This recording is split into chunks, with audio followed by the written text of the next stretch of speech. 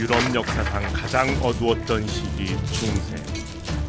영원할 것만 같았던 그 어둠 속에서도 빛을 비추고자 외로이 불꽃을 일으키던 사람이 있었습니다.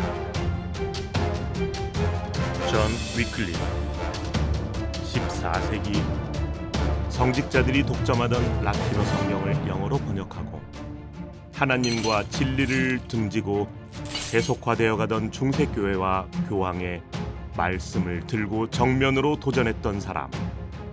누가 보아도 무모하지만 그 싸움은 쉽게 끝나지 않았습니다.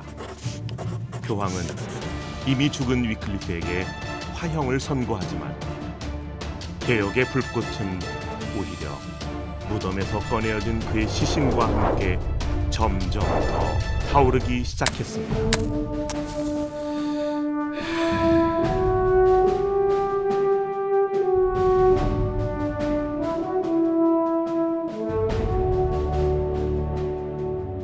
존 위클리프의 불꽃을 이어받은 사람은 바로 체코의 신학자 얀 후스입니다.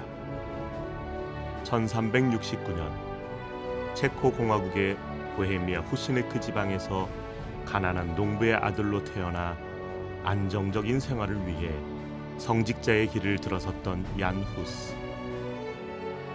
프라하 대학에서 신학을 마치고 모교에서 교수와 신학 학장을 거쳐 총장의 자리에까지 올랐던 탄탄대로의 그의 인생은 위클리프의 저서를 접하면서 전환점을 맞이하게 됩니다.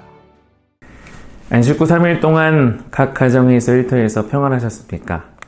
지난 시간은 이 종교개혁의 샛별이라 불리는 존 위클리프의 헌신적인 삶과 생애에 대하여 은혜를 나누었습니다. 이 사제들에게만 독점되었던 이 라틴어 성경을 이 자국어인 영어로 번역하여서 복음화를 가져오게 한 사건은 우리의 가슴을 설레게 하였습니다. 이 시간은 대쟁투 6장 얀 후스와 제롬, 정말 최고의 종교개혁 파트너 이야기입니다. 얀 후스는 1372년부터 1415년 프라하 대학에서 공부하고 사제가 되었고 1400년부터 대학에서 교수로 일하고 2년 뒤에 총장이 됩니다. 그는 이 제롬을 통해서 위클리프의 저서와 사상을 접하게 됩니다. 그리고 그의 동역자 제롬은 프라하 대학에서 공부하고 후에 영국의 옥스퍼드를 비롯한 이 대학에서 공부하며 이 존 위클리프의 사상을 접하게 됩니다. 후스와 연합해 교회 개혁에 힘쓴 인물로 얀 후스와 제롬은 같이 따라다닙니다. 이 보헤미아, 현재 체코에서 출생한 얀 후스의 삶을 먼저 살펴보려 합니다. 후스의 뒤에는 다름 아닌 기도하는 경건한 어머니가 있었습니다. 대쟁투 98페이지에 얀 후스는 비천한 계급에서 태어났으며 어렸을 때의 그의 아버지를 여의었다. 그러나 그의 경건한 어머니는 교육시키는 것과 하나님을 경외하는 것이 가장 위대한 귀중한 재산이라고 생각하였으므로 그러한 유업을 자식에게 넘겨주고자 애를 썼다. 위대한 인물 뒤에는 밤낮으로 하나님 앞에 매달린 경건한 부모님이 함께 있었다는 사실입니다. 한 책에서 믿음의 위인을 키운 경건한 어머니들이라는 책 제목이 있습니다. 여기 보면 허드슨 테일러, 존 파이퍼, 찰스 스펄전, 아우구스티누스, 드와이트 무디 등등 그리스도를 뜨겁게 섬긴 정말 헌신적인 생애의 위대한 인물들은 다름 아닌 어머니의 기도가 뒤에 있었다는 것이죠. 그 중에 한 명 이 존 파이퍼 목사님은 지금도 현직에서 일하고 계시고 1946년생이니까 올해 나이로 한 77 정도 되셨죠? 지금도 식지 않은 열정으로 정말 뜨겁게 강단을 달고 계십니다.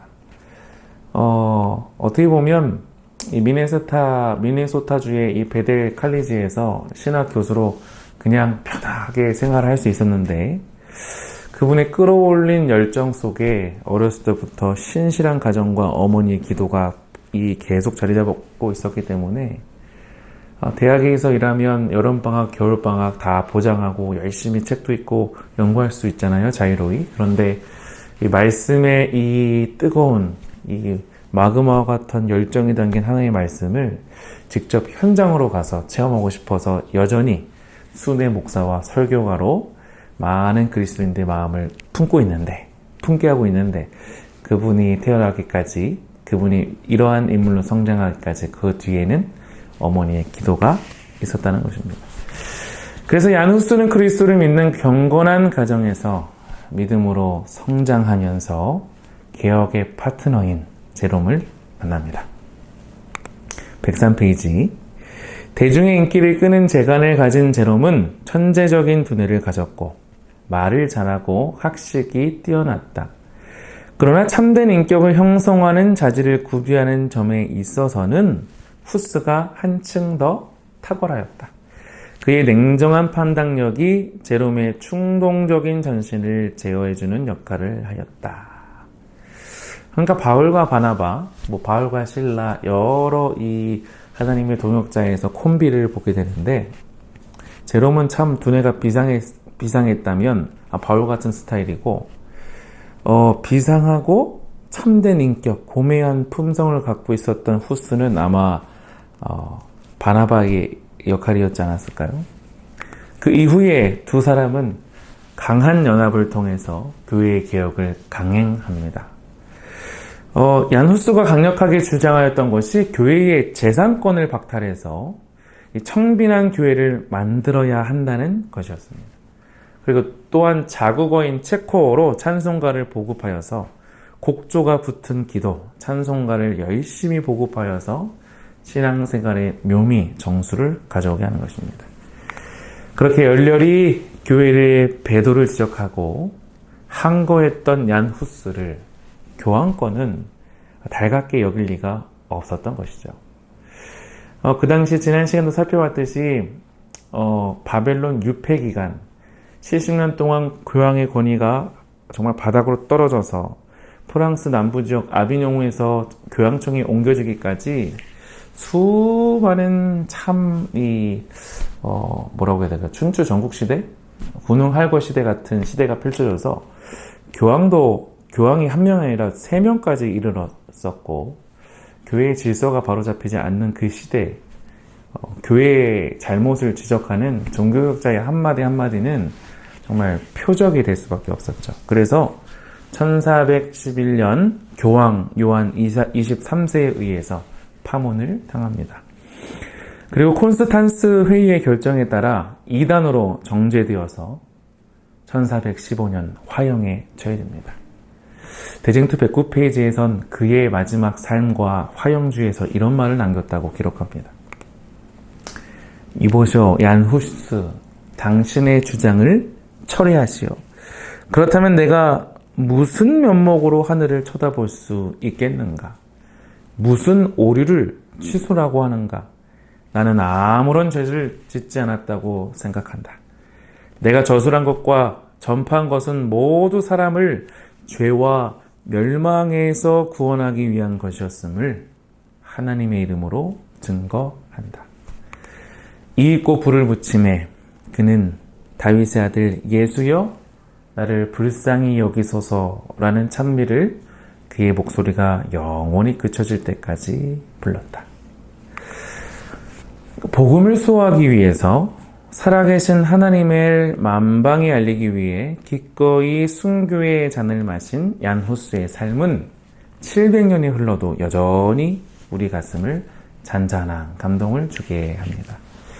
그리고 후스의 최고의 파트너 제롬은 한때 교회의 권위에 굴복해 자신이 주장하던 개혁 사업을 부인한 적이 있었습니다. 그때가 언제냐면 1415년에 종교개혁의 파트너 얀 후스가 화형주의 목숨을 끊기고 난 이후에 그의 믿음이 흔들렸습니다. 주장을 철회하라는 것이고 그 믿음이 죽은 가운데 보는 동료가 죽자 믿음이 식었던 것이죠.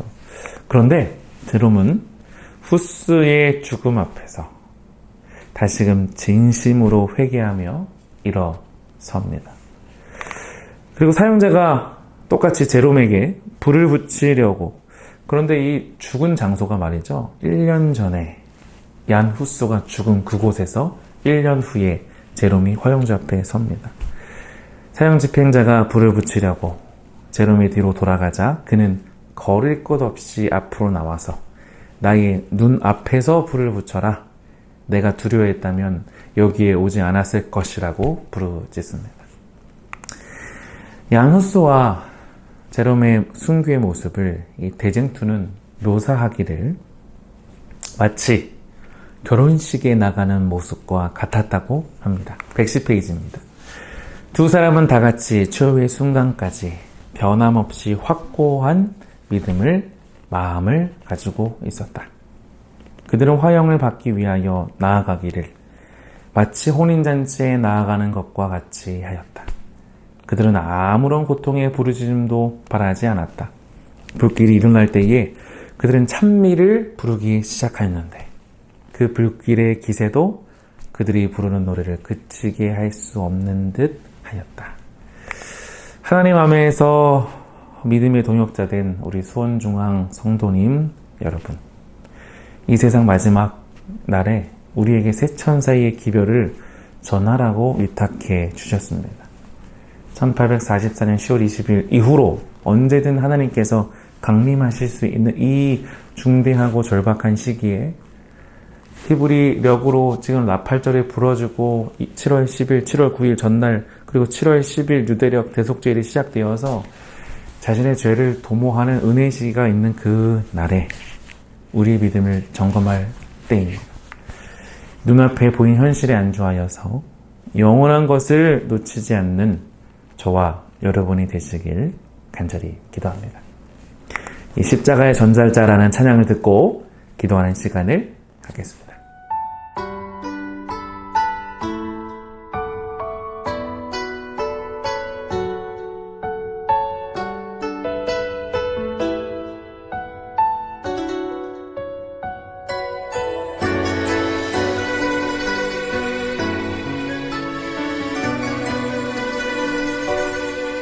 지극히 작은 자 죄인 중에 괴수 무익한 나 부르셔서 간절한 기대와 소망 부끄럽지 않게 십자가 전게 하셨네.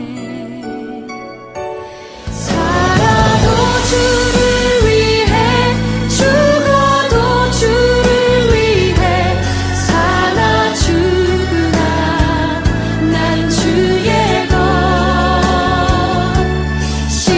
십자가의 능력 십자가의 소망 내 안에 주만 사시는 것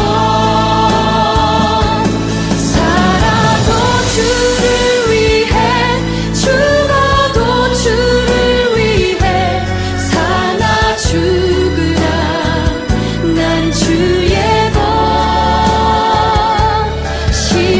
십자가의 능력 십자가의 소망 내 안에 주만 사시는 것 난 지극히 작은 자 죄인 중에 괴수 무익한 나 부르셔서 간절한 기대와 소망 부끄럽지 않게 십자가 전게 하셨네.